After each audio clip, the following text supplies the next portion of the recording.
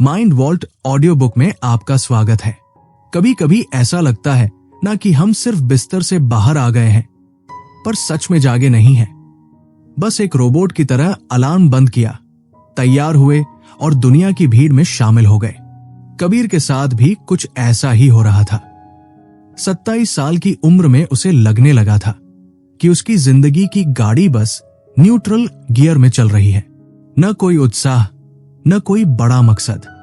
वो ऑफिस की खिड़की से बाहर देखते हुए अक्सर यही सोचता था कि काश चीजें बेहतर होती, काश उसका बॉस इतना खड़ूस ना होता, काश उसकी किस्मत थोड़ी चमक जाती।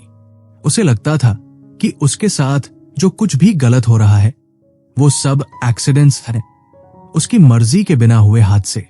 लेकिन एक शाम जब वो पार्क में अकेला बैठा था, उसकी मुलाकात एक शख्स से हुई जिसे सब सर कहते थे। उनके चेहरे पर पुरानी यादों की कुछ लकीरें थी, पर आंखों में ऐसी चमक जो कबीर ने सालों से अपनी आंखों में नहीं देखी थी। बातों बातों में कबीर ने अपनी शिकायतों का पिटारा खोल दिया। उसने कहा कि सर, किस्मत ने साथ नहीं दिया, वरना आज मैं कहीं और होता। उस शख्स ने बड़े प्यार से कबीर की तरफ देखा और एक ऐसा सवाल पूछा जिसने कबीर के अंदर जैसे एक बिजली सी दौड़ा दी। उन्होंने पूछा, कबीर, क्या तुम सच में मरना चाहते हो? कबीर सक्का गया। उसने कहा, नहीं सर, ये आप क्या कह रहे हैं? मैं तो बस अपनी परेशानियों की बात कर रहा था। उस शख्स ने मुस्कुराते हुए कहा कि जिंदगी का मतलब सिर्फ मौत से बचना नहीं है, बल्कि चुनाव करना है। सच में जीने का चुनाव। हम अक्सर अपनी नाकामियों को हादसा कह देते हैं ताकि हमें जिम्मेदारी न लेनी पड़े। कबीर को याद आया कि कैसे वो हमेशा अपनी खराब परफॉर्मेंस के लिए ट्रैफिक, इंटरनेट या टीम को जिम्मेदार ठहराता था। लेकिन उस शाम उसे समझ आया कि अगर आप पेट्रोल की केन के पास माचिस जलाएंगे तो धमाका होना कोई हादसा नहीं है, बल्कि कुदरत का कानून है। हम अपनी जिंदगी में जो आग लगाते हैं वो अक्सर हमारे अपने फैसलों का नतीजा होती है। उस शख्स ने कबीर को एक कहानी सुनाई, एक ऐसे इंसान की जिसने अपने एम्प्लॉयज को सिखाया था कि अगर काम बिगड़ता है तो हाथ खड़े करके ये मत कहो कि मेरी गलती नहीं है। जिम्मेदारी लेना बोझ नहीं, बल्कि आजादी है। जब आप कहते हैं कि ये मेरी जिंदगी है और इसके लिए मैं ही जिम्मेदार हूं, तो उसी पल आपके पास इसे बदलने की ताकत आ जाती है। कबीर को अपनी पुरानी आदतें याद आने लगी। वो हमेशा विक्टिम यानी शिकार बनने में माहिर था। मेरे साथ ही ऐसा क्यों होता है? सबकी लाइफ कितनी परफेक्ट है, बस मेरी ही खराब है। लेकिन उस दिन उसे एहसास हुआ कि जो लोग वाकई अपनी जिंदगी को इंस्पायर्ड तरीके से जीते हैं, वो ये नहीं पूछते कि मेरे साथ ही क्यों, बल्कि वो पूछते हैं, अब मैं इससे क्या सीख सकता हूं? जिंदगी में अक्सर ऐसे इन्फ्लेक्शन पॉइंट्स आते हैं जो सब कुछ बदल देते हैं। वो एक पल जब आप तय करते हैं कि अब और बहाने नहीं। कबीर के लिए वो शाम वही पल था। उसने महसूस किया कि वो सालों से एक मास्क पहनकर घूम रहा था, एक ऐसा मुखौटा जो दुनिया को दिखाता था कि सब ठीक है, पर अंदर ही अंदर वो डर और हीन भावना से भरा हुआ था। हम सब अपनी कमियों को, अपने निशानों को छुपाने के लिए पट्टियां लपेट लेते हैं। हमें लगता है कि अगर दुनिया ने हमारी असलियत देख ली तो वो हमें ठुकरा देगी। लेकिन सच तो ये है कि जब तक हम अपने घावों को स्वीकार नहीं करते, वो कभी भरते नहीं हैं। कबीर को लगा कि वो भी एक ऐसी जेल में बंद है जिसकी दीवारें उसने खुद खड़ी की है। वो अपनी ही कहानी को बताने से डरता था। उसे शर्म आती थी कि उसने जिंदगी में कितने फेलियर्स देखे हैं, पर उस शख्स ने समझाया कि तुम्हारे ये निशान, ये स्कार्स तुम्हारी कमजोरी नहीं, बल्कि तुम्हारी ताकत के गवाह है। ये दिखाते हैं कि तुम लड़े हो, तुम गिरे हो और तुम फिर से खड़े होने की हिम्मत रखते हो। अक्सर हम सक्सेस के पीछे भागते हैं, पर असल सुकून सिग्निफिकेंस में है, यानी आपकी जिंदगी दूसरों के लिए क्या मायने रखती है। कबीर को लगा कि वो सिर्फ अपने लिए जी रहा था, इसीलिए उसकी जिंदगी इतनी बेस्वाद थी। जब आपके पास एक बड़ा वाई यानी जीने का एक ठोस कारण होता है, तो आप किसी भी हाउ यानी मुश्किल हालात को बर्दाश्त कर सकते हैं। उस शख्स ने कहा कि जब तुम किसी बड़े मकसद के लिए खुद को झोंक देते हो तो तुम्हारे विचार अपनी बंदिशें तोड़ देते हैं, तुम्हारा दिमाग अपनी सीमाओं के पार चला जाता है और तुम खुद को एक ऐसे इंसान के रूप में पाते हो जो तुमने कभी सपने में भी नहीं सोचा था। कबीर को लगा कि वो अब तक सिर्फ एंटाइटल्ड महसूस कर रहा था।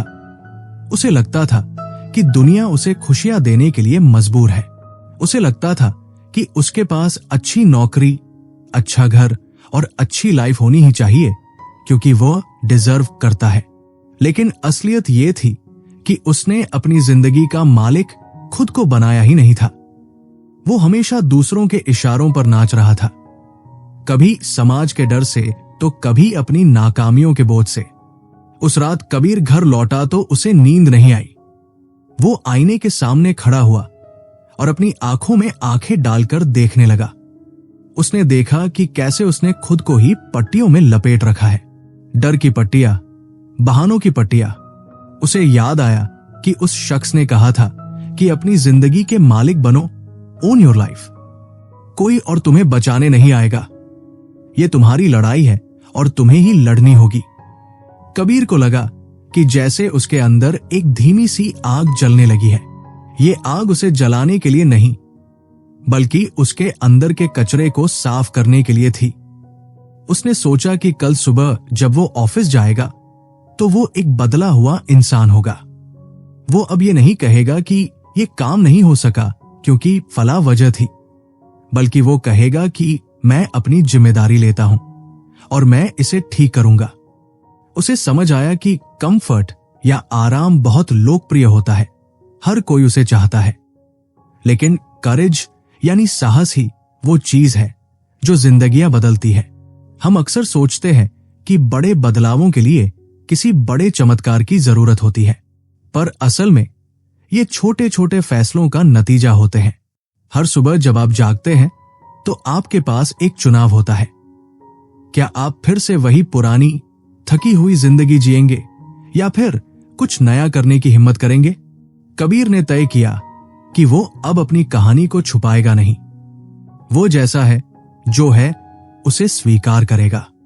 उसने सोचा कि शायद उसकी गलतियां भी एक तोहफा है, क्योंकि उन्होंने उसे वो सबक सिखाए हैं जो कोई किताब नहीं सिखा सकती थी। उसे उस शख्स की बात बार बार याद आ रही थी कि जिंदगी बहानों से नहीं, फैसलों से चलती है। अगर आप अपनी लाइफ में वाकई फायर यानी वो जुनून चाहते हैं तो आपको उन चीजों को छोड़ना होगा जो आपको पीछे खींच रही है। कबीर को लगा कि जैसे वो अब तक अपनी ही जिंदगी में एक मेहमान की तरह रह रहा था, पर अब उसे घर का मालिक बनना था। उसे समझ आया कि जवाब बाहर नहीं, उसके अंदर ही थे। बस उन तक पहुंचने के लिए उसे खुद के प्रति ईमानदार होना था। पार्क की उस बातचीत ने कबीर को यह भी सिखाया कि अकाउंटेबिलिटी का मतलब सिर्फ सजा मिलना नहीं है, बल्कि अपनी लाइफ का कंट्रोल अपने हाथ में लेना है। जब आप किसी काम की जिम्मेदारी लेते हैं तो आप सिर्फ हार की जिम्मेदारी नहीं लेते, बल्कि आने वाली जीत की चाबी भी अपने पास रखते हैं। कबीर को अब ट्रैफिक से शिकायत नहीं थी, नहीं अपने खड़ूस बॉस से। उसे लगा कि ये सब तो बाहरी चीजें हैं, असली खेल तो उसके दिमाग के अंदर चल रहा था। उसने सोचा कि अगर वो अपनी सोच का नजरिया बदल ले तो दुनिया अपने आप बदल जाएगी। उसे याद आया कि उस शख्स ने कहा था कि अगर तुम चीजों को देखने का तरीका बदल दो तो वो चीजें भी बदल जाती है जिन्हें तुम देख रहे हो। ये बात बहुत सरल थी पर बहुत गहरी भी। कबीर को लगा कि वो अब तक दुनिया को एक शिकायत भरी खिड़की से देख रहा था, इसीलिए उसे हर तरफ कमियां ही नजर आती थी। लेकिन अब वो अपनी खिड़की साफ करना चाहता था। जिंदगी में रैडिकली इंस्पायर्ड होने का मतलब ये नहीं है कि आपके साथ कभी कुछ बुरा नहीं होगा, बल्कि इसका मतलब यह है कि जब कुछ बुरा होगा तो आपके पास उसे संभालने का हौसला होगा। कबीर ने महसूस किया कि वो अब तक सिर्फ सर्वाइव कर रहा था, सिर्फ गुजर बसर कर रहा था, पर अब वो थ्राइव करना चाहता था, यानी फलना फूलना चाहता था। उसे लगा कि उसके अंदर जो जुनून सालों पहले दब गया था वो फिर से करवट ले रहा है। उसने खुद से वादा किया कि वो अब एक्सीडेंटल लिविंग नहीं करेगा, बल्कि अपनी जिंदगी का हर पल सोच समझकर और जिम्मेदारी के साथ जिएगा। उसे लगा कि आज रात की खामोशी में उसे एक नई आवाज सुनाई दे रही है, उसकी अपनी आत्मा की आवाज जो कह रही थी कि जागो कबीर, अब सोने का समय नहीं है। ये जागना सिर्फ आंखें खोलना नहीं था, बल्कि अपनी पूरी चेतना के साथ जीना था। माइंड वॉल्ट ऑडियो बुक में हम अक्सर ऐसी ही कहानियों और अनुभवों के जरिए खुद को बेहतर समझने की कोशिश करते हैं। कबीर की ये शुरुआत बस एक पहला कदम था। उसे अभी बहुत दूर जाना था, बहुत सी पट्टियां खोलनी थी और बहुत सी आगों से गुजरना था। पर सबसे जरूरी बात यह थी कि उसने तय कर लिया था कि वो अब और नहीं भागेगा। वो खड़ा होगा, अपनी कमियों को गले लगाएगा और अपनी जिंदगी की बागडोर अपने हाथों में लेगा। उसे समझ आ गया था कि जिंदगी का सबसे बड़ा हथियार ऑन फायर यानी जुनून से भरी एक इंसानी रूह है, और कबीर अब अपनी उस रूह को फिर से जगाने के लिए तैयार था। उसे लग रहा था कि कल का सूरज उसके लिए एक नई उम्मीद और एक नई चुनौती लेकर आएगा, और इस बार वो बहाने बनाने के बजाय उसका डटकर मुकाबला करेगा। अगली सुबह जब कबीर की नींद खुली तो उसे वो पुराना भारीपन महसूस नहीं हुआ जो आमतौर पर दफ्तर जाने से पहले होता था। लेकिन जैसे ही वो बाथरूम के आईने के सामने खड़ा हुआ, उसे उस शख्स की एक बात याद आई जो उन्होंने अस्पताल के उस छोटे बच्चे के बारे में बताई थी। कबीर ने सोचा कि क्या हम सब भी हर सुबह एक मानसिक बात से नहीं गुजरते। वो बच्चा कहता था कि पट्टियां उतारना और घावों को साफ करना सबसे दर्दनाक हिस्सा था, पर वही उसे जिंदा रखने के लिए जरूरी था। कबीर को महसूस हुआ कि उसके घाव शारीरिक नहीं थे, पर उसकी आत्मा पर जो पट्टियां बंधी थी उन्हें उतारने का वक्त आ गया था। उसने आईने में खुद को गौर से देखा। हम अक्सर आईने में सिर्फ वही देखते हैं जो हम देखना चाहते हैं, या फिर वो जो हमें लगता है कि दुनिया देखना चाहती है। कबीर को याद आया कि उस बच्चे को भी डर था कि आग ने उसका चेहरा बिगाड़ दिया होगा, पर जब उसने आईना देखा तो पाया कि उसका चेहरा तो ठीक था, बस पट्टियों का एक ढांचा था। हम भी अक्सर अपनी परेशानियों को इतना बढ़ा चढ़ाकर देखते हैं कि अपनी असलियत ही भूल जाते हैं। कबीर ने आज तय किया कि वो दफ्तर में वो मास्क पहनकर नहीं जाएगा जो वो सालों से पहन रहा था। रास्ते में बस में बैठते हुए कबीर ने गौर किया कि उसके आसपास हर कोई किसी न किसी मुखौटे में था। कोई बहुत व्यस्त होने का नाटक कर रहा था तो कोई बहुत खुश होने का। हम अपनी असली कहानी, अपने डर और अपने सपनों को छुपाने के लिए कितने जतन करते हैं। कबीर को लगा कि वो भी एक सर्कस परफॉर्मर की तरह है जो हर दिन मेकअप लगाकर स्टेज पर खड़ा हो जाता है ताकि लोग उसकी असलियत न जान सके। उसे उस शख्स ने रेड जैकेट वाली कहानी सुनाई थी। एक छोटी बच्ची जो अपनी ही लाल जैकेट को पहचानने से इनकार कर देती है क्योंकि शायद वो अपनी उस पहचान से भाग रही थी।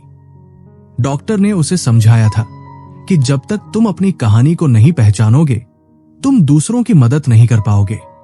कबीर को लगा कि उसकी रेड जैकेट उसकी वो नाकामियां थी जिन्हें वो सालों से अलमारी के पीछे छुपा रहा था। वो डरता था कि अगर लोगों को पता चल गया कि वो अंदर से कितना टूटा हुआ है तो कोई उसकी इज्जत नहीं करेगा। पर आज उसे समझ आ रहा था कि वो निशान तो असल में उसकी ताकत के गवाह है। दफ्तर पहुंचकर कबीर का सामना अपनी टीम से हुआ। आमतौर पर जब कोई पूछता हाउ आर यू तो कबीर का जवाब होता आई एम फाइन, चाहे वो अंदर से मर ही क्यों न रहा हो। पर आज जब उसके जूनियर राघव ने पूछा तो कबीर ने एक गहरी सांस ली। उसने राघव की आंखों में देखा और वो प्लास्टर उतारने की कोशिश की जो उसने सालों से चढ़ा रखा था। उसे थाईलैंड के उस गोल्डन बुद्धा की कहानी याद आई। 700 साल पुरानी सोने की मूर्ति जिसे दुश्मनों से बचाने के लिए साधारण मिट्टी और प्लास्टर से ढक दिया गया था। 200 सालों तक दुनिया उसे एक मामूली पत्थर की मूर्ति समझती रही, पर एक दिन जब वो मूर्ति गिरी और उसमें दरार आई तो अंदर का सोना चमक उठा। कबीर को लगा कि हम सब भी उस बुद्ध की तरह हैं, अंदर से बेशकीमती और सोने जैसे, पर हमने खुद पर डर, हीन भावना और समाज के दबाव का इतना मोटा प्लास्टर चढ़ा लिया है कि हमें अपनी ही कीमत याद नहीं रहती। उसने राघव से कहा, सच कहूं तो आज मैं थोड़ा नर्वस हूं, पर मुझे लगता है कि हम इस प्रोजेक्ट को बेहतर कर सकते हैं अगर हम एक दूसरे से सच बोलना शुरू करें। लंच ब्रेक में कबीर फिर से उसी पार्क में गया जहां वो शख्स आज भी बैठे थे। उन्होंने कबीर को देखते ही मुस्कुराकर कहा, तो आज तुमने अपनी पट्टियां खोली? कबीर ने सिर हिलाया और पूछा कि सर, सच बोलना इतना मुश्किल क्यों है? उन्होंने समझाया कि हम अपनी कीमत दूसरों की नजरों से तय करने के आदी हो गए हैं।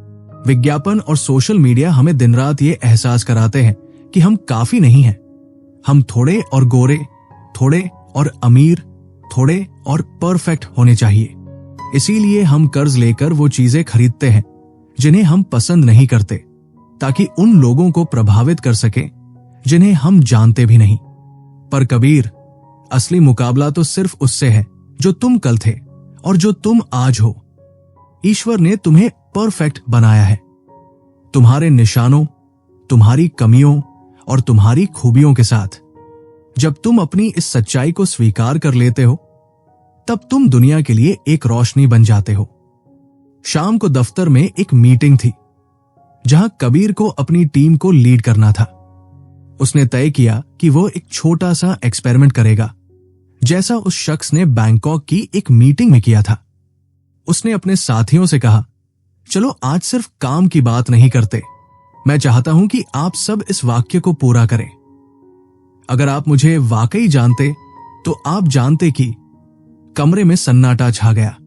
राघव सबसे पहले खड़ा हुआ और बोला, सर, अगर आप मुझे वाकई जानते तो आप जानते कि मैं इस काम में बहुत डरा हुआ महसूस करता हूं, क्योंकि मुझे डर है कि मैं अपने पिता की तरह सफल नहीं हो पाऊंगा। एक एक करके सबने अपनी पट्टियां उतारनी शुरू की। किसी ने अपनी अकेलेपन की बात की, किसी ने अपने परिवार के संघर्ष की। कबीर को महसूस हुआ कि जो बातें हम छुपाते हैं वही असल में हमें एक दूसरे से जोड़ती है। जब हम अपने मास्क उतार देते हैं तो हम एक दूसरे के दर्द को पहचान पाते हैं और यही से असली टीम बनती है। वो कमरा अब सिर्फ सहकर्मियों का नहीं था, बल्कि उन इंसानों का था जो एक दूसरे के बोझ को बांटने के लिए तैयार थे। कबीर ने महसूस किया कि अपनी कहानी को गले लगाना कोई सहानुभूति मांगने का जरिया नहीं है, बल्कि खुद को आजाद करने का तरीका है। जब हम अपने अतीत की कड़वाहट को स्वीकार कर लेते हैं तो वो कड़वाहट हमें बांधना बंद कर देती है। उसे याद आया कि उस बच्चे ने अपनी जली हुई त्वचा को बैज ऑफ ऑनर माना था, क्योंकि वो इस बात का सबूत थी कि वो मौत के मुंह से वापस आया है। कबीर ने भी अपनी नाकामियों को अपने मेडल की तरह देखना शुरू किया। उसे अब डर नहीं था कि लोग उसे बीटन डाउन या हारा हुआ समझेंगे। उसे अपनी आंखों में एक नई चमक महसूस हुई, जैसे वह किसी बड़ी यात्रा की शुरुआत कर रहा हो। वो शख्स सही कह रहे थे कि हमारी जली हुई त्वचा या हमारे पुराने घाव हमें दूसरों के लिए रोशनी का जरिया बना सकते हैं। रात को घर लौटते समय कबीर ने फिर से आईना देखा। आज उसे अपना चेहरा बदला हुआ लगा। झुर्रियां वही थी, रंग वही था, पर नजरिया बदल गया था। उसने महसूस किया कि वो सालों से अपनी पट्टियां इसलिए नहीं खोल रहा था क्योंकि उसे डर था कि नीचे क्या निकलेगा, पर आज उसे पता चला कि नीचे तो प्योर गोल्ड है, बस उसे थोड़ा साफ करने की जरूरत थी। उसने खुद से कहा, कबीर, तुम्हारी कहानी बेशकीमती है क्योंकि ये सिर्फ तुम्हारी है। उसने अपनी उन यादों को भी प्यार से देखा जिन्हें वो अब तक नफरत की निगाह से देखता था। उसे लगा कि अब उसे किसी और की तरह बनने की जरूरत नहीं है, वो जैसा है वैसा ही काफी है। उसे अपनी लाइफ रैडिकली इंस्पायर्ड लगने लगी थी। सिर्फ इसलिए नहीं कि सब कुछ ठीक हो गया था, बल्कि इसलिए क्योंकि उसने खुद को स्वीकार कर लिया था। कबीर ने अपनी डायरी निकाली और उसमें लिखा, अपनी पट्टियां उतार दो, अपना मुखौटा उतार दो, आईने में देखो और जो दिखे उसे प्यार करो। उसे समझ आ गया था कि जिंदगी के ये निशान ही उसे खास बनाते हैं। वो अब उस पुराने कबीर की तरह नहीं था जो हमेशा छुपने की जगह ढूंढता था। अब वो दुनिया के सामने खड़ा होकर अपनी कहानी सुनाने के लिए तैयार था। उसे लग रहा था कि उसने सालों बाद चैन की सांस ली है। यह एहसास इतना सुकून भरा था कि उसे लगा जैसे वो सच में अवेक यानी जाग गया है। उसने खिड़की से बाहर देखा। अंधेरा था पर उसे तारे साफ नजर आ रहे थे। उसे पता था कि कल सुबह फिर से वही चुनौतियां होंगी, पर इस बार वो उन्हें एक शिकार की तरह नहीं बल्कि एक विजेता की तरह देखेगा। माइंड वॉल्ट ऑडियो बुक में हम अक्सर इसी बदलाव की तलाश करते हैं। कबीर ने आज अपनी कहानी को अपनाना सीख लिया था, पर अभी एक और बड़ा सवाल उसका इंतजार कर रहा था। क्या वो वाकई ऑल इन होने के लिए तैयार था? क्या वो अपनी जिंदगी के मकसद के लिए उस आग में फिर से कदम रख सकता था जिससे वो भाग रहा था? ये सफर अब और भी दिलचस्प होने वाला था, क्योंकि जब आप अपना सच पहचान लेते हैं तो पूरी कायनात आपको आपके मकसद तक पहुंचाने में जुट जाती है। कबीर को अब उस अगले कदम का इंतजार था, जहां उसे पता चलना था कि उसका वाई यानी जीने का असली कारण क्या है। अगले कुछ दिन कबीर के लिए किसी इम्तिहान से कम नहीं थे। आपने गौर किया होगा कि जब हम अंदर से बदलने का फैसला करते हैं तो बाहर की दुनिया जैसे हमें पुराने धर्रे पर खींचने की और भी ज्यादा कोशिश करती है। ऑफिस में वही पुरानी राजनीति, वही डेडलाइंस का दबाव और वही थके हुए चेहरे। कबीर को लगने लगा था कि क्या वाकई सिर्फ नजरिया बदलने से सब कुछ बदल जाएगा। उसे उस शख्स की एक बात याद आई जो उन्होंने इंडिफरेंस यानी उदासीनता के बारे में कही थी। उन्होंने कहा था कि दुनिया का सबसे बड़ा दुश्मन नफरत नहीं बल्कि उदासीनता है। जब हमें फर्क पड़ना बंद हो जाता है, जब हम बस काम चलाओ तरीके से जीने लगते हैं, तब समझो कि हमारी असली आग बुझ चुकी है। कबीर ने महसूस किया कि वो सालों से बस चेक बॉक्स टिक कर रहा था। सुबह उठा, चेक, ऑफिस गया, चेक, काम पूरा किया, चेक। पर क्या वह उस काम में ऑल इन था? क्या उसका दिल वहां था? एक दोपहर कबीर कैफेटेरिया में बैठा था और देख रहा था कि कैसे वहां सफाई करने वाला एक लड़का, जिसका नाम शायद राजू था, बड़े चाव से मेजों को पोंछ रहा था। राजू सिर्फ गंदगी साफ नहीं कर रहा था, वो हर मेज को ऐसे चमका रहा था जैसे वो उसका अपना घर हो। वो आने जाने वालों को देखकर मुस्कुराता और कभी कभी तो गुनगुनाता भी रहता। कबीर ने सोचा कि एक तरफ मैं हूं जो इतनी अच्छी सैलरी पाकर भी रोते रोते काम करता हूं, और एक तरफ ये लड़का है जिसके पास शायद बहुत कम है पर वो अपने काम में 100% दे रहा है। कबीर को उस नर्स की कहानी याद आई जिसका जिक्र उस बुजुर्ग ने किया था। वो नर्स जो सिर्फ दवाइयां नहीं देती थी बल्कि मरीजों के ठंडे पैरों को तब तक सहलाती थी जब तक उनमें गर्माहट ना आ जाए। वो ऑल इन थी। उसे किसी ने नहीं कहा था कि वो पैरों की मालिश करे, ये उसके जॉब डिस्क्रिप्शन में नहीं था, पर उसने तय किया था कि वो सिर्फ एक कर्मचारी नहीं बनेगी बल्कि एक मरहम बनेगी। कबीर को एहसास हुआ कि वो अब तक सर्वाइव कर रहा था, सर्विस नहीं। हम अक्सर सोचते हैं कि जब हमें हमारी पसंद का काम मिलेगा तब हम जान लगा देंगे, पर सच तो यह है कि आप जो कर रहे हैं अगर उसमें जान नहीं डाल सकते तो आप कभी अपनी पसंद का काम ढूंढ ही नहीं पाएंगे। उस शाम कबीर फिर से पार्क में उसी बेंच पर जा बैठा। वो शख्स वहां पहले से मौजूद थे। कबीर ने उनसे पूछा, सर, ये ऑल इन होना इतना थका देने वाला क्यों लगता है? हर वक्त पूरी ऊर्जा के साथ काम करना क्या मुमकिन है? उन्होंने हंसते हुए कहा, कबीर, थकावट काम से नहीं आती। थकावट तो तब आती है जब हम बिना किसी मकसद के काम करते हैं। जब तुम किसी के लिए कुछ करते हो, जब तुम अपनी सीमाओं के पार जाकर किसी की मदद करते हो तो तुम्हें थकान नहीं बल्कि सुकून मिलता है। उन्होंने कबीर को एक छोटा सा उदाहरण दिया। उन्होंने पूछा कि क्या तुमने कभी उस मां को देखा है जो अपने बीमार बच्चे के पास पूरी रात जागती है? वो थकती क्यों नहीं? क्योंकि वो ऑल इन है। उसके पास एक वाइफ है, एक कारण है। कबीर, तुम्हारी समस्या ये नहीं है कि तुम्हारे पास काम ज्यादा है। तुम्हारी समस्या ये है कि तुमने अभी तक अपना वो वाई नहीं खोजा है। तुम ऑफिस सिर्फ सैलरी के लिए जाते हो, इसलिए तुम्हें हर मिनट भारी लगता है। जिस दिन तुम ये सोचकर जाओगे कि आज मेरे काम से किसी और की जिंदगी आसान होने वाली है, उस दिन तुम्हारी थकान गायब हो जाएगी। कबीर को अपनी टीम के वो चेहरे याद आए।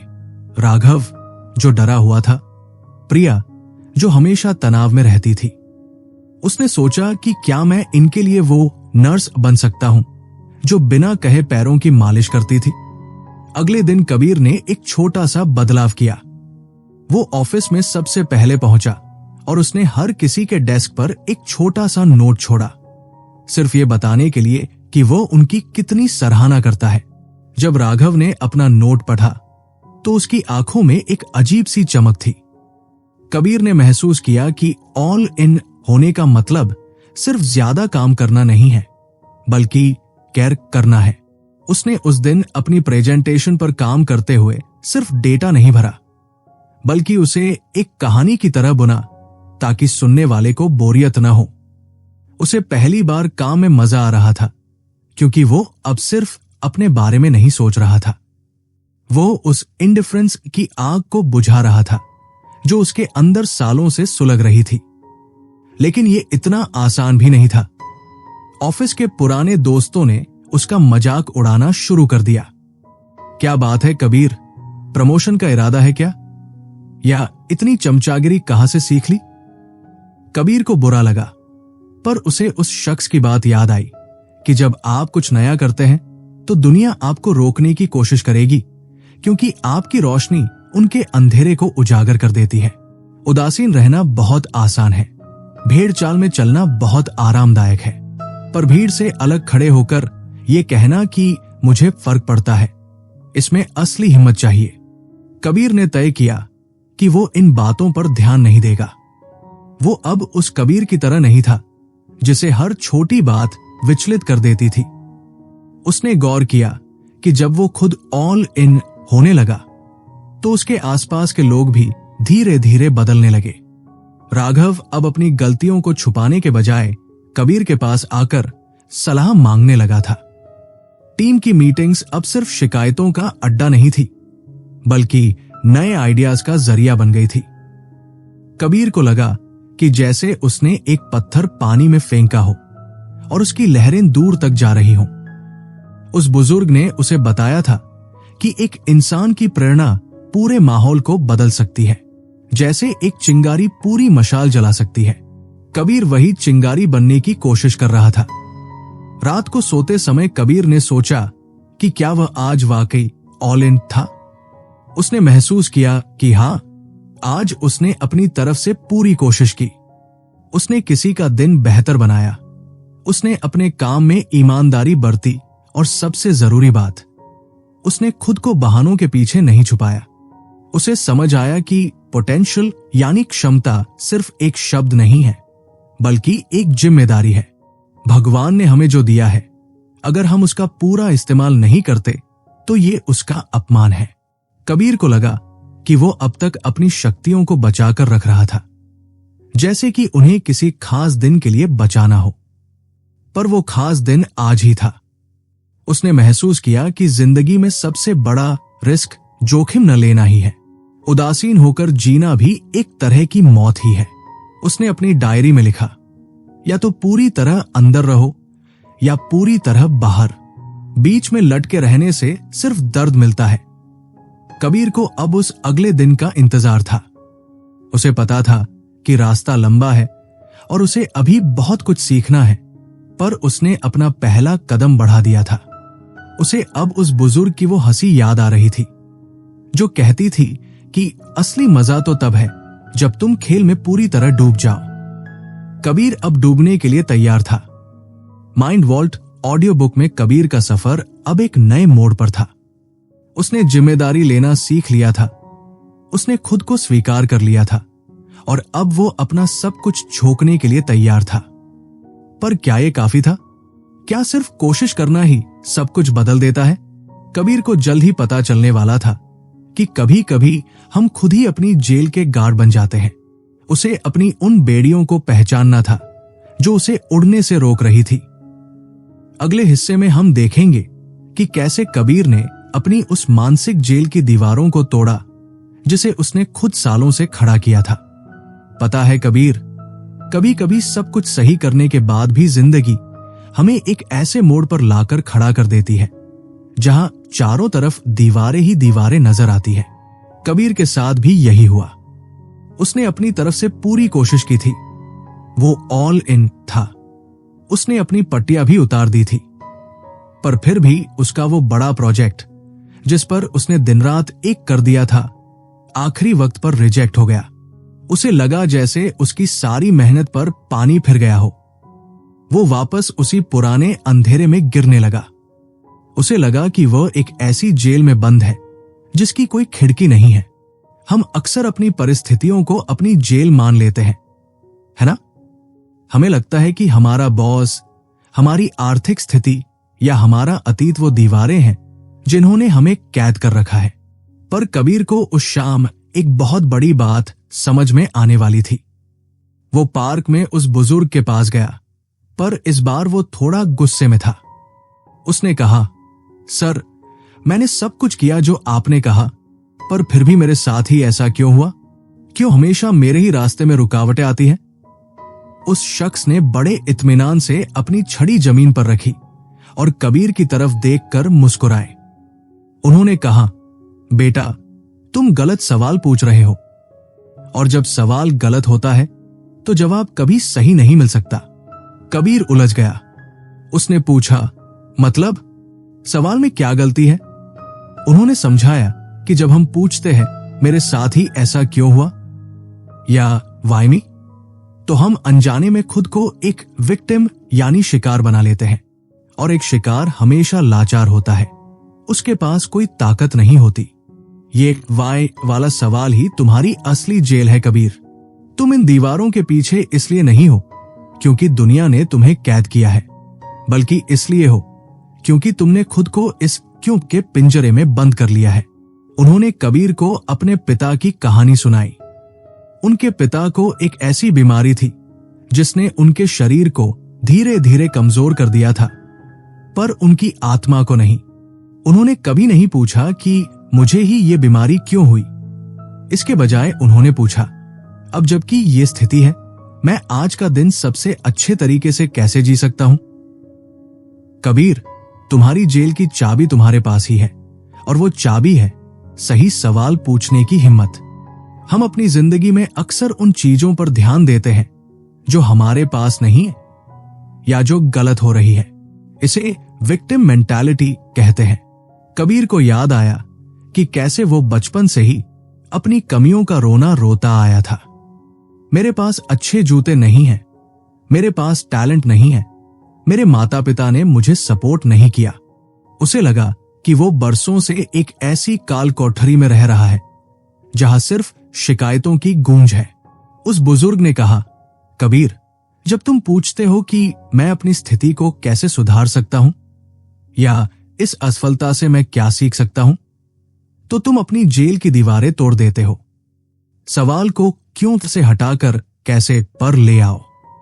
एक विक्टर यानी विजेता और एक विक्टिम में बस यही एक फर्क होता है। दोनों के सामने मुश्किलें आती हैं, पर विजेता उन मुश्किलों को अपना रास्ता बनाने के लिए इस्तेमाल करता है, जबकि शिकार उन मुश्किलों के नीचे दब जाता है। कबीर को लगा कि जैसे किसी ने उसके कमरे की बत्तियां जला दी हों। वो अब तक अपनी रिजेक्शन को एक सजा की तरह देख रहा था, पर क्या होगा अगर वो उसे एक अवसर की तरह देखे? उसने सोचा, ठीक है, क्लाइंट ने मेरा प्रोजेक्ट रिजेक्ट कर दिया, अब मैं क्या कर सकता हूं? उसने महसूस किया कि इस सवाल ने उसे तुरंत एक एक्शन मोड में डाल दिया। उसे अब रोने का वक्त नहीं था। उसे सुधार करने का रास्ता दिखने लगा था। उस शख्स ने उसे एक और मिसाल दी। उन्होंने कहा कि सोचो, एक इंसान है जो व्हील चेयर पर है। अगर वो पूरी जिंदगी ये पूछता रहे कि मैं चल क्यों नहीं सकता, तो वो कभी खुश नहीं रह पाएगा।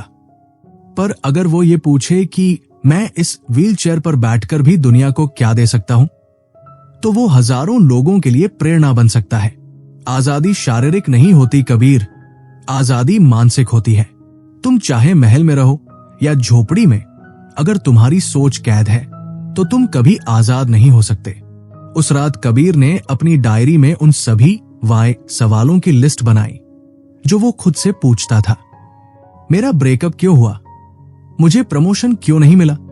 मैं इतना अकेला क्यों हूं? फिर उसने उन सबको काट दिया और उनके सामने हाउ और व्हाट वाले सवाल लिखे।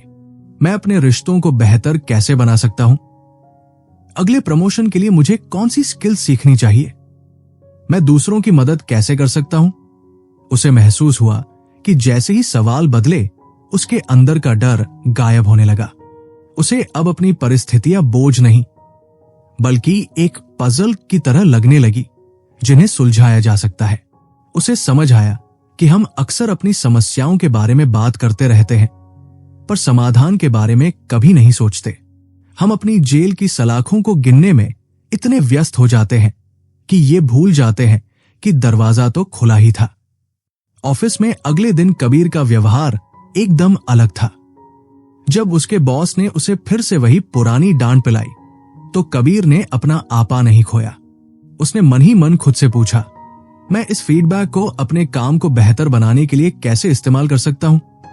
उसने शांति से बॉस की बात सुनी और उनसे पूछा, सर, क्या आप मुझे बता सकते हैं कि मैं इस प्रोजेक्ट में और क्या वैल्यू ऐड कर सकता हूं?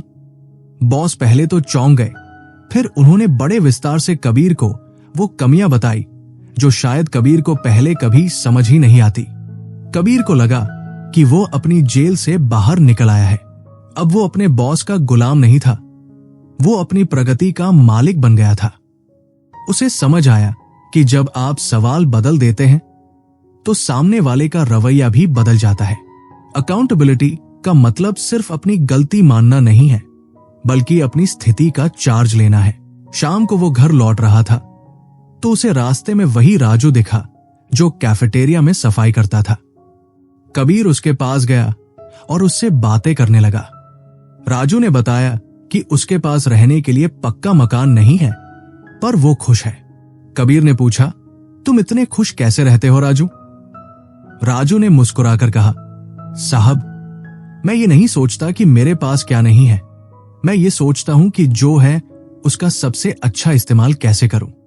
आज मेरे पास 2 हाथ पैर है और ये नौकरी है, यही मेरे लिए बहुत बड़ी बात है। कबीर को लगा कि राजू उससे कहीं ज्यादा आजाद है।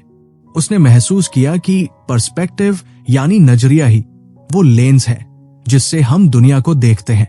अगर लेंस धुंधला है तो पूरी दुनिया धुंधली दिखेगी। कबीर ने उस दिन तय किया कि वो अब कभी अपनी जिंदगी को फेयर या अनफेयर के तराजू में नहीं तौलेगा। वो बस जिएगा, पूरी शिद्दत से और सही सवालों के साथ। उस रात कबीर को एक सपना आया। उसने देखा कि वो एक बड़ी सी जेल में बंद है, पर जैसे ही वो अपनी जेब से एक कागज निकालता है जिस पर हाउ लिखा है, जेल की दीवारें रेत की तरह ढह जाती है।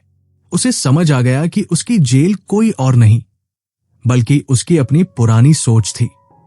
उसे याद आया कि उस बुजुर्ग ने कहा था कि तुम्हारी जिंदगी का सबसे बड़ा करिश्मा तब होता है जब तुम अपनी मुश्किलों को अपनी सीढ़ियां बना लेते हो। कबीर को अब अपनी उन कमियों से नफरत नहीं थी जिनसे वो भागता था। उसने महसूस किया कि हर कमी एक अवसर है, हर हार एक सबक है। उसे लगा कि वो अब सच में बड़ा हो रहा है।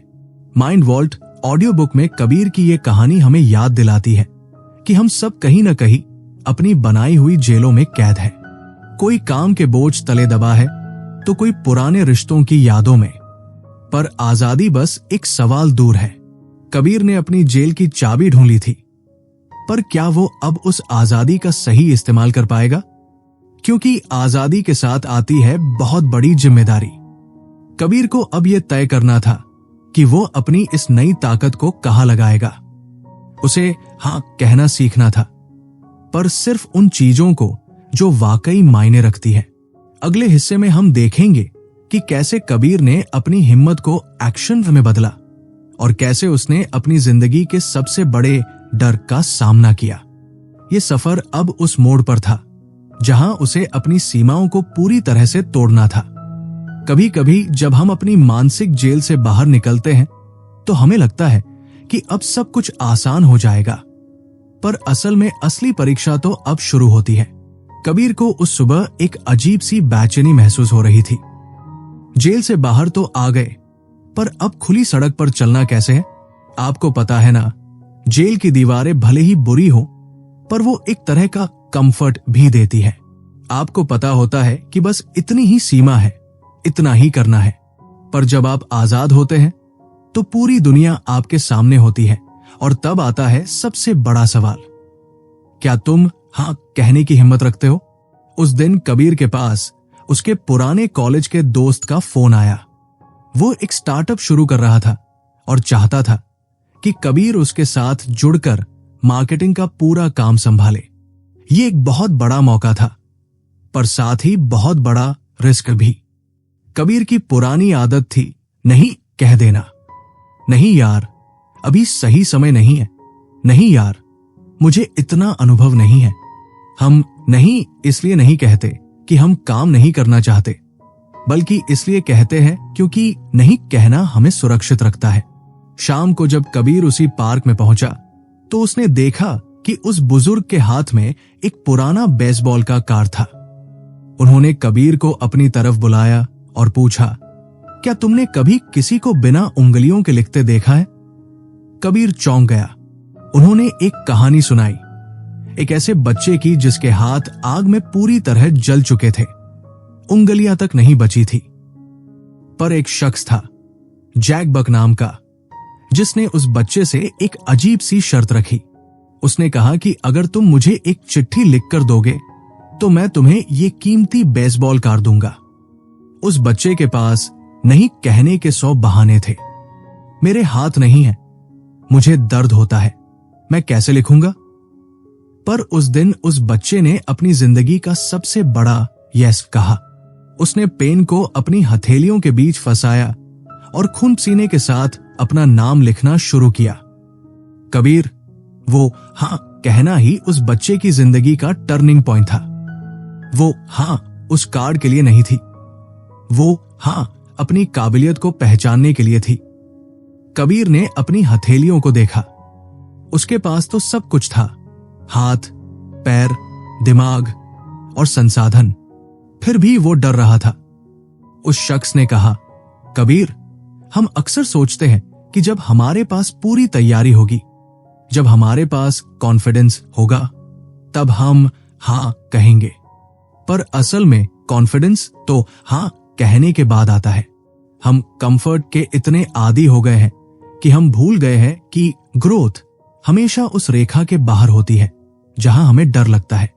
Comfort is popular but courage changes lives. आराम सबको प्यारा है, पर साहस ही जिंदगी बदलता है। कबीर को महसूस हुआ कि वो अब तक अपनी जिंदगी में सेफ खेलने की कोशिश कर रहा था। वो हारना नहीं चाहता था, इसलिए वो कभी पूरी तरह खेलता ही नहीं था। उस बुजुर्ग ने कबीर को बताया कि जिंदगी में अक्सर हमें ऐसे ऑफर्स मिलते हैं जो हमें डरा देते हैं। वो डराते इसलिए है क्योंकि वो हमसे वो मांगते हैं जो हमने कभी दिया ही नहीं। उन्होंने अपनी पत्नी की कहानी सुनाई। उन्होंने बताया कि कैसे उन्होंने अपनी जिंदगी के सबसे कठिन समय में भी हाँ कहना जारी रखा। जब अस्पताल के बिल बढ़ रहे थे, जब उम्मीद कम थी, तब भी उन्होंने खुश रहने के लिए हाँ कहा। यस कहना सिर्फ एक शब्द नहीं है, ये एक माइंडसेट है। ये तय करना है कि चाहे जो हो जाए, मैं पीछे नहीं हटूंगा। कबीर, क्या तुम उस दोस्त को हाँ कहने के लिए तैयार हो, या तुम अपनी इस सुरक्षित नौकरी में ही घुट घुट कर जीना चाहते हो? कबीर ने एक लंबी सांस ली। उसे याद आया कि कैसे वो बचपन में स्टेज पर जाने से डरता था और हमेशा पीछे वाली लाइन में खड़ा होता था। अगले दिन कबीर अपने ऑफिस में बैठा था, पर उसका मन वहां नहीं था। वो बार बार उस दोस्त के ऑफर के बारे में सोच रहा था। उसके दिमाग में दो आवाजें चल रही थी। एक कह रही थी, मत कर कबीर, अगर डूब गया तो क्या होगा? सैलरी नहीं आएगी तो किराया कैसे देगा? दूसरी आवाज बहुत धीमी थी, पर वो कह रही थी, अगर तूने आज हथ नहीं कहा तो तू हमेशा ये सोचता रहेगा कि काश मैंने कोशिश की होती। कबीर को महसूस हुआ कि रिग्रेट यानी पछतावा फेल होने के डर से कहीं ज्यादा दर्दनाक होता है। फेल होकर आप सीख सकते हैं, पर कोशिश न करने का बोझ पूरी उम्र ढोना पड़ता है। उसने अपनी टेबल पर रखे पेन को देखा और उसे उस बच्चे की याद आई जिसने बिना उंगलियों के लिखना सीखा था। अगर वो बच्चा हाँक सकता था तो मैं क्यों नहीं? उस दोपहर कबीर ने अपने बॉस के केबिन में जाकर अपना इस्तीफा दे दिया। बॉस हैरान थे। उन्होंने कहा, कबीर, तुम पागल हो गए हो? इस मंदी के दौर में तुम एक सुरक्षित नौकरी छोड़कर एक स्टार्टअप में जा रहे हो? कबीर ने मुस्कुराकर कहा, सर, मैं अब सुरक्षित नहीं रहना चाहता, मैं अब जीना चाहता हूं। वो केबिन से बाहर निकला तो उसे ऐसा लगा जैसे उसके कंधों से कई टन का वजन उतर गया हो। वो डर तो रहा था, पर वो डर अब उसे रोक नहीं रहा था, बल्कि उसे उत्तेजित कर रहा था। उसे लगा कि वो पहली बार अपनी जिंदगी का ड्राइवर बना है। उसने अपने दोस्त को फोन किया और बस एक शब्द कहा। हाँ, उस एक शब्द ने उसके भविष्य का पूरा नक्शा बदल दिया। अगले कुछ हफ्ते बहुत कठिन थे। उसे दिन में 18-18 घंटे काम करना पड़ रहा था। कभी कभी उसे लगता कि शायद उसने गलती कर दी, पर जब भी वो थकने लगता उसे उस बुजुर्ग की बातें याद आ जाती। उन्होंने कहा था कि हाँ, कहने का मतलब यह नहीं है कि रास्ता फूलों से भरा होगा। हाँ, कहने का मतलब यह है कि तुम कांटों पर चलने के लिए तैयार हो, क्योंकि तुम्हें पता है कि मंजिल खूबसूरत है। कबीर को अब अपने काम में एक नई ऊर्जा महसूस हो रही थी। वो अब सिर्फ एक कर्मचारी नहीं था, वो एक निर्माता था। एक दिन उनके स्टार्टअप को एक बड़ा निवेश मिलने वाला था, पर उसके लिए कबीर को एक बहुत बड़ी कॉन्फ्रेंस में प्रेजेंटेशन देनी थी। वहां सैकड़ों निवेशक आने वाले थे। कबीर का पुराना डर वापस आ गया। उसके हाथ कांपने लगे। उसे लगा कि वो नहीं कर पाएगा। वो स्टेज के पीछे खड़ा था और पसीने से तरबतर था। तभी उसे उस शख्स का चेहरा याद आया और वो बेसबॉल कार्ड। उसे लगा कि वो बच्चा आज भी उसे देख रहा है और कह रहा है कि बस पेन उठाओ और लिख दो। कबीर ने अपनी आंखें बंद की, एक गहरी सांस ली और जैसे ही उसका नाम पुकारा गया, वो स्टेज पर गया। उसने बोलना शुरू किया और इस बार वो अपनी पट्टियां उतारकर बोल रहा था। वो अपनी कमजोरियों के बारे में, अपने सफर के बारे में और अपनी हां के बारे में पूरी ईमानदारी से बात कर रहा था। पूरी कॉन्फ्रेंस हॉल में सन्नाटा था। जब कबीर ने अपनी बात खत्म की तो कुछ सेकंड तक कोई हलचल नहीं हुई और फिर अचानक पूरा हॉल तालियों की गड़गड़ाहट से गूंज उठा। लोगों ने उसे खड़े होकर सम्मान दिया। कबीर की आंखों में आंसू थे। उसे समझ आया कि जब आप पूरी सच्चाई के साथ हाँ कहते हैं तो दुनिया आपकी तरफ खिंची चली आती है। उस रात वो जब घर लौटा तो उसे महसूस हुआ कि उसकी आग अब पूरी तरह जल चुकी थी। ये आग उसे नष्ट नहीं कर रही थी, बल्कि उसे रोशन कर रही थी। उसने अपनी डायरी में लिखा, साहस का मतलब डर का न होना नहीं है, बल्कि डर के बावजूद हाँ कहना है। कबीर को लगा कि वो अब अपनी जिंदगी के उस मुकाम पर है जहां उसे किसी के सहारे की जरूरत नहीं थी। उसने अपनी बैसाखियां फेंक दी थी, पर तभी उसे ख्याल आया कि क्या सिर्फ अपनी सफलता ही काफी है? क्या वह दूसरों के लिए कुछ कर सकता है? उस बुजुर्ग ने एक और बात कही थी, अपनी रोशनी को सिर्फ अपने पास मत रखो, इसे बांटना सीखो। कबीर का सफर अब एक नए आयाम की तरफ बढ़ रहा था। उसे अब यह देखना था कि वो अपनी इस आग से दूसरों की बुझी हुई मशालें कैसे जला सकता है। उसे अब उस आखिरी सवाल का जवाब ढूंढना था, तुम और क्या कर सकते हो? कबीर अब शांत था, पर उसके अंदर एक जबरदस्त लहर चल रही थी। वो अपनी रैडिकली इंस्पायर्ड जिंदगी की ओर बढ़ रहा था। उसे पता था कि मुश्किलें फिर आएंगी, पर अब वो उनसे भागने के बजाय उनका स्वागत करेगा। उसे अब अपनी सीमाओं का कोई डर नहीं था, क्योंकि उसने जान लिया था कि सीमाएं सिर्फ हमारे मन का भ्रम है। उसने अपनी खिड़की खोली और ठंडी हवा को अपने चेहरे पर महसूस किया। उसने मुस्कुराकर कहा, हां, मैं तैयार हूं। सफलता के उस ऊंचे शिखर पर पहुंचने के बाद, जहां दुनिया आपको तालियों से नवाजती है, अक्सर एक अजीब सा सन्नाटा पीछा करने लगता है। कबीर के साथ भी यही हो रहा था। उसके स्टार्टअप को बड़ी फंडिंग मिल गई थी। मैगजीन्स में उसका इंटरव्यू छप रहा था और लोग उसे सक्सेस स्टोरी कहने लगे थे। पर एक रात, जब वो अपने शानदार अपार्टमेंट की बालकनी में खड़ा शहर की रोशनी देख रहा था, उसे लगा कि क्या बस यही अंत है? क्या इतनी ही थी ये पूरी दौर? उसे उस बुजुर्ग की याद आई, जिनका नाम उसे अब तक नहीं पता था, पर जिनके शब्दों ने उसकी जिंदगी की दिशा बदल दी थी। वो अगले दिन फिर उसी पुराने पार्क में गया। उसे लगा कि शायद अब उसे वहां जाने की जरूरत नहीं है, पर उसका मन उसे खींच ले गया। वहां पहुंचकर उसने देखा कि वो बेंच खाली थी। वो शख्स वहां नहीं थे। कबीर को एक पल के लिए घबराहट हुई। वो इधर उधर देखने लगा। तभी उसे पार्क के दूसरे कोने में एक भीड़ दिखी। वहां वो बुजुर्ग बैठे थे, पर इस बार वो अकेले नहीं थे। उनके आसपास कुछ छोटे बच्चे थे और वो उन्हें कागजी जहाज बनाना सिखा रहे थे। कबीर उनके पास जाकर चुपचाप खड़ा हो गया। जब बच्चे चले गए तो उन्होंने कबीर की तरफ देखा और कहा, आओ कबीर, बैठो। आज तुम एक विजेता की तरह दिख रहे हो, पर क्या तुम्हें पता है कि एक विजेता और एक महान इंसान में क्या फर्क होता है? कबीर ने सिर झुका लिया। उसने कहा, सर, मुझे सब कुछ मिल गया है, पैसा, शोहरत, इज्जत, पर फिर भी मुझे ऐसा क्यों लग रहा है कि अभी कुछ अधूरा है? उन्होंने कबीर के कंधे पर हाथ रखा और कहा, बेटा, ये इसलिए है क्योंकि अब तक तुमने जो कुछ भी किया वो अपने लिए था। अपनी पट्टियां खोलना, अपनी जेल से बाहर आना, हां कहना, ये सब तुम्हारी अपनी तरक्की के हिस्से थे। पर जिंदगी का असली मकसद तब शुरू होता है जब तुम पूछते हो, मैं और क्या कर सकता हूं? ये सवाल तुम्हें खुद से ऊपर उठा देता है। हम अक्सर अपनी जीत का जश्न अकेले मनाना चाहते हैं, पर सच तो यह है कि जब तक तुम्हारी जीत दूसरों के काम ना आए, वो जीत बेमानी है।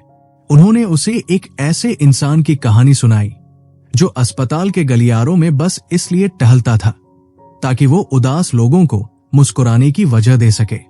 वो कोई डॉक्टर नहीं था, कोई अमीर आदमी नहीं था, पर वो मोट कर रहा था। वो कर रहा था जिसकी उससे उम्मीद नहीं की गई थी। कबीर को महसूस हुआ कि वो अब तक अपनी सफलता के महल में कैद हो गया था। उसने सोचा कि उसके स्टार्टअप के पास अब संसाधन है, ताकत है, तो क्यों न वह इसे दूसरों की मदद के लिए इस्तेमाल करे। उसने महसूस किया कि what more can you do? ये सवाल कोई बोझ नहीं है, बल्कि एक मौका है अपनी सीमाओं को और फैलाने का। उस बुजुर्ग ने कहा, देखो कबीर, एक मोमबत्ती जब जलती है तो वो खुद को तो रोशनी देती ही है, पर अगर वो दूसरी मोमबत्तियों को न जलाए तो उसका वजूद बस उसकी अपनी उम्र तक ही सीमित रहता है। पर अगर वो दूसरों को जला दे तो उसकी रोशनी उसके बुझने के बाद भी कायम रहती है। क्या तुम अपनी इस कामयाबी को एक लेगेसी बनाना चाहते हो या सिर्फ एक रिकॉर्ड? कबीर को लगा कि उसे अब तक जो कुछ भी मिला है वो एक जिम्मेदारी है। उसे याद आया कि कैसे उस नर्स ने उसके घावों को नहीं, उसकी रूह को सहलाया था। क्या वह भी किसी के लिए वो नर्स बन सकता है? उस शाम कबीर ने अपने ऑफिस में एक नई मीटिंग बुलाई। इस बार एजेंडा प्रॉफिट नहीं था, बल्कि इम्पैक्ट था।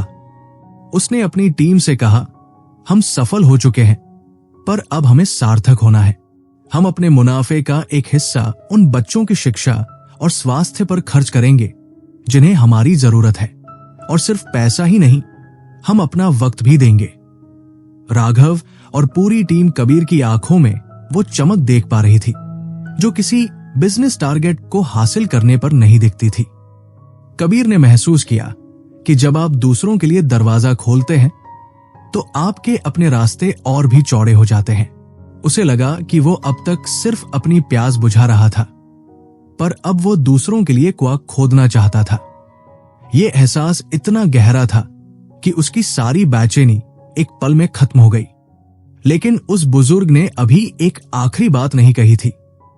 जब कबीर अगले दिन उनसे आखिरी बार मिलने गया तो माहौल बहुत शांत था। सूरज ढल रहा था और आसमान में नारंगी और बैंगनी रंग बिखरे हुए थे। उन्होंने कबीर से पूछा, कबीर, तुमने बहुत कुछ सीखा, पर क्या तुम जानते हो कि इन सब का आधार क्या है? इन 7 चुनाव के पीछे की सबसे बड़ी ताकत क्या है? कबीर ने चुपचाप उनकी तरफ देखा। उन्होंने धीरे से कहा, वो ताकत है प्रेम। क्या तुम प्यार कर सकते हो? प्यार सिर्फ वो नहीं जो हम अपने परिवार से करते हैं। प्यार वो है जो हम अजनबियों से, अपने काम से और अपनी हर मुश्किल से करते हैं, बिना शर्त का प्यार। जब तुम प्यार करते हो तो तुम डर से मुक्त हो जाते हो। जब तुम प्यार करते हो तो तुम दूसरों में भी खुद को देखते हो। यही वो आखिरी चुनाव है जो एक इंसान को रैडिकली इंस्पायर्ड बनाता है। उन्होंने कबीर को अपने उस समय की बात बताई जब वो अस्पताल के बिस्तर पर थे और मौत के करीब थे। उन्होंने कहा कि उस वक्त उन्हें अपनी उपलब्धियां याद नहीं आ रही थी।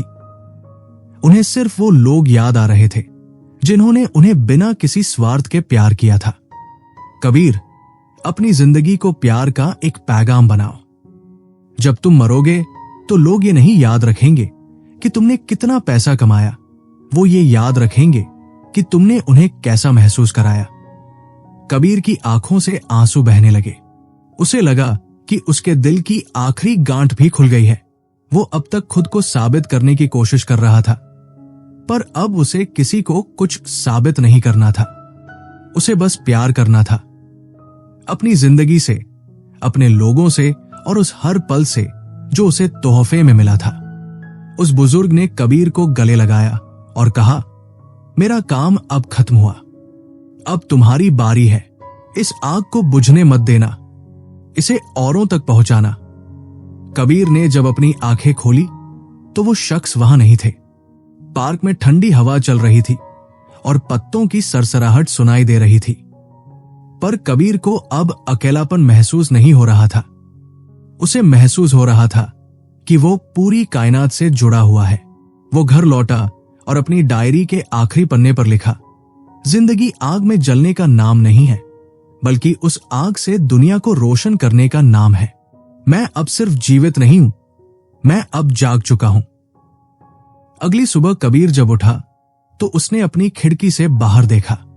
दुनिया वही थी, लोग वही थे, पर कबीर बदल चुका था। उसने अपनी बालकनी में रखे पौधों को पानी दिया, अपनी मां को फोन करके बताया कि वो उनसे कितना प्यार करता है, और जब वो ऑफिस के लिए निकला तो उसने रास्ते में हर किसी को मुस्कुराकर देखा। वो अब एक्सीडेंट्स में यकीन नहीं रखता था, वो चॉइसेस में यकीन रखता था। उसे पता था कि मुश्किलें फिर आएंगी, चुनौतियां फिर खड़ी होंगी, पर अब उसके पास एक रैडिकली इंस्पायर्ड नजरिया था। वो अब किसी का शिकार नहीं था, वो अपनी किस्मत का रचयिता था। रास्ते में उसे वही राजू मिला। कबीर ने अपनी गाड़ी रोकी और बाहर आकर उसे गले लगाया। राजू हैरान था। कबीर ने कहा, शुक्रिया राजू, तुमने मुझे बिना बोले बहुत कुछ सिखाया। कबीर को समझ आया कि गुरु कोई भी हो सकता है, बस हमें सीखने की लगन होनी चाहिए। वो जब ऑफिस पहुंचा तो उसने देखा कि उसकी टीम ने खुद से ही एक नया प्रोजेक्ट शुरू किया था, गरीब बच्चों के लिए एक डिजिटल लाइब्रेरी बनाने का। कबीर मुस्कुराया। उसकी आग अब औरों में भी जलने लगी थी। उसे लगा कि यही तो है असली सक्सेस, जब आपके बिना बोले भी आपकी अच्छाई काम करने लगे। आज कबीर को अपनी उन चोटों और निशानों पर गर्व था। वे निशान अब उसे डराते नहीं थे, बल्कि उसे याद दिलाते थे कि वो कितना मजबूत है। उसने जान लिया था कि कंफर्ट एक धोखा है और करेज ही एकमात्र सच। उसने अपनी जिंदगी को एक खुली किताब बना दिया था, जिसकी हर लाइन में उम्मीद और प्यार था। वो अब एक ऐसी कहानी बन चुका था जिसे सुनकर औरों को भी अपनी पट्टियां खोलने की हिम्मत मिले। कबीर ने अपनी आंखें बंद की और गहरी शांति का अनुभव किया। उसे लगा कि वो अब सच में ऑन फायर है, ऐसी आग में जो जलाती नहीं बल्कि नई जिंदगी देती है। माइंड वॉल्ट ऑडियो बुक में कबीर का ये सफर आज यहां एक मोड़ पर पहुंचता है, पर आपकी कहानी अभी शुरू हो रही है। क्या आप भी अपनी उन पट्टियों को उतारने के लिए तैयार हैं? क्या आप भी अपनी जेल की सलाखों को तोड़कर उस यस को कहने की हिम्मत जुटा सकते हैं? याद रखिए, आपकी जिंदगी एक महान रचना बनने के लिए ही बनी है। बस आपको वो पहला कदम उठाना है, और जब आप वो कदम उठाएंगे तो आप अकेले नहीं होंगे। हम सब इसी आग का हिस्सा है, बस उसे पहचानने की देर है। अपनी आंखों में वो चमक और दिल में वो आग हमेशा जलाए रखिए, क्योंकि आप और क्या कर सकते हैं, इसकी कोई सीमा नहीं है। माइंड वॉल्ट ऑडियो बुक सुनने के लिए आपका बहुत बहुत शुक्रिया। उम्मीद है कबीर का ये सफर आपके अंदर भी किसी सोए हुए सपने को जगा पाया होगा। अपनी जिंदगी को पूरी शिद्दत और मोहब्बत के साथ जिए, क्योंकि ये एक बार मिलने वाला सबसे खूबसूरत तोहफा है। फिर मिलेंगे एक नई कहानी और एक नई प्रेरणा के साथ। तब तक के लिए अपनी रोशनी फैलाते रहिए और याद रखिए, जिंदगी बहानों से नहीं, आपके चुने हुए रास्तों से चलती है। नमस्ते।